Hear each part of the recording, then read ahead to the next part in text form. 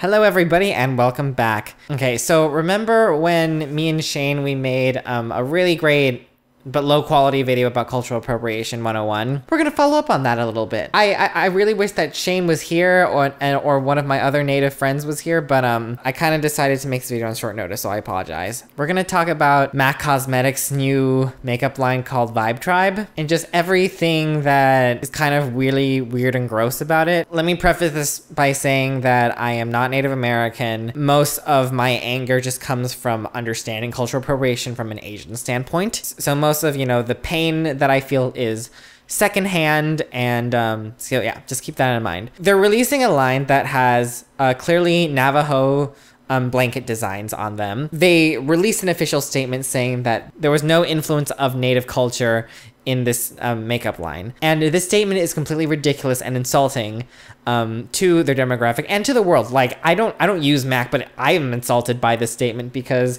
you have to be an idiot to not realize that the designs on the packaging of the makeup is very much Native American. Like, it looks Native American. And especially with the marketing, it's extremely evocative of stereotypical Native American images. The line isn't even out yet, but there have been so many images of people that have hashtag MAC Vibe Tribe that are using the makeup and like drawing like tribal like war paint prints on their faces. It's just so disgusting. Like the fact that you think that you can fool people into thinking that just because you say that it's not Native inspired means that it's not is fucking dumb. The fact that it has the word tribe in it, it is evocative of Native Americans. If you do even like the slightest research of Navajo designs, you'll see like that geometric like triangular design very prevalent in a lot of the art that they do. It's enough that they're using designs without, crediting Navajo people or letting them benefit from it in some way, giving some of the proceeds to causes and stuff like that, but just completely washing their hands of it in order to evade, like getting sued by the Navajo Nation. It also makes me angry that on their Twitter page, they specifically say, that they're for all races, all genders, and all ages.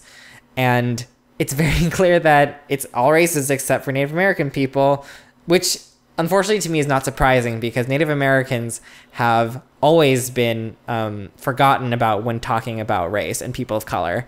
That's how invisible they are. They're so invisible that even other people of color sometimes don't remember who they are. A lot of people might look at it as, it's just a design. It's not really hurting anybody, like it's just art. I've also been told by my Native friends that people have said that it's just honoring their culture, which is an argument as old as time, which usually doesn't mean anything because like if you actually understood the culture, then you would be a lot more careful about using it.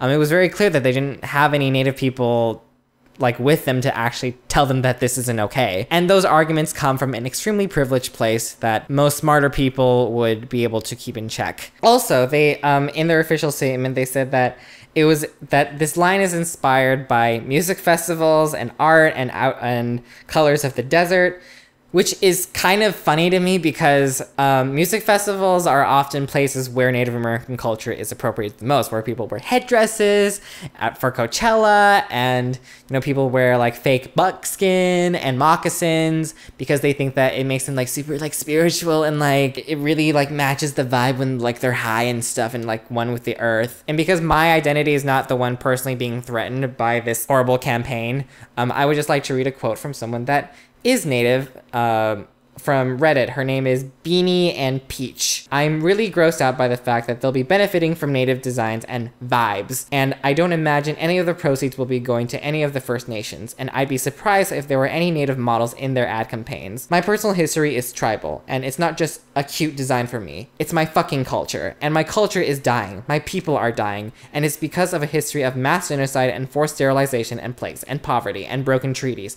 And it actually hurts to imagine that someday the word tribe might live on the faceplate of some MAC cosmetic long after the last Native speaker of Nimipu is gone. I'm sorry if I mispronounced the name of your tribe. So I think this just goes back to what me and Shane were talking about in our previous video about understanding the context of which cultural appropriation exists.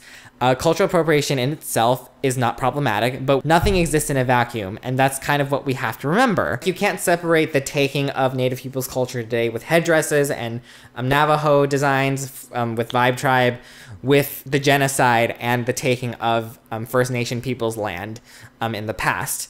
Those things are connected. And because white people are the people in power right now, they're kind of like trying to claim this Native art for their own in a way. And it's really fucked up and it's really awful. But I also think it's important to keep in mind that these criticisms are not a personal attack on any of the individuals of MAC. I think without the proper learning, the proper knowledge, anybody could fall into this trap of inappropriately appropriating someone's culture. Like, this is just a result of a bigger problem of Native people being underrepresented, and also people in power, white people, not being willing to acknowledge and listen to their problems. When disenfranchised people that we usually don't hear from speak up, it's important to listen to them and also to amplify their voices, because we always have to keep in mind that we have no idea what it's like to have their bloody history. Most people of color, they do have some sort of bloody history with the US, but they're all different in some way, you know? No matter who you are, if you're not Native, it's really, really important to just listen to people and to not think that you know better, because horrible things happen when people think that they know better. Nobody knows better, and even if Native people disagree with each other on this issue, it's their issue to disagree on. Because Native people are not a monolith. They don't have to agree on things, but their opinions are the ones that matter. So you can't say that, you know, oh, like this one Native person said that he doesn't have a problem with this, and so I don't have to have a problem with it either. If there's still a very large group of Native people saying that there's a problem with something like Vibe Tribe or headdresses, it's still important to listen to them, because once again, we don't know what it's like to be them. Because once again, non-Native people will have to realize they're probably from a little bit more of a privileged place than a Native person. Because one of the things I think this world lacks the most right now is people feeling heard. Because I think a lot of conflicts would be solved and more understanding would be created if we were more willing to give that feeling to people, to let them feel heard. Especially with the examples of Free People and MAC. Native people, they still don't feel heard. It can be really easy to get wrapped up in your own struggles, but it's still really important to also try to be allies in these types of situations. I will link you to some articles from Everyday Feminism on cultural appropriation versus appreciation and exchange in the description below. Everyday Feminism always has really smart and very easy to understand articles about social justice issues. Also, I actually gave MAC a call because I wanted to go on record to tell them how stupid and idiotic this cosmetic line was. So I will also leave the number right here. When I have time, I've been, you know, doing a lot of tweeting at them about how stupid this line is. I just wanted to try to let them know as much as possible that this is not okay. Thank you so much for watching. I really, really appreciate you, and I will see you next time. Bye!